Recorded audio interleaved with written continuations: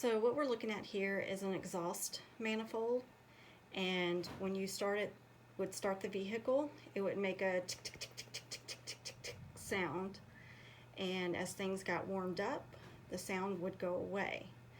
So we looked at the exhaust manifold, and if you look here, coming around through here all the way down here is the crack.